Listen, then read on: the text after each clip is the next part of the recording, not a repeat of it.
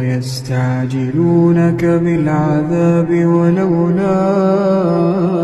أجل مسمى لجاءهم العذاب وليأتينهم بغتة وهم لا يشعرون يستعجلونك بالعذاب وإن جهنم لمحيطة بالكافرين يوم يغشاهم العذاب من فوقهم ومن تحت أرجلهم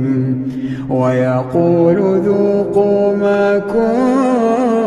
كنتم تعملون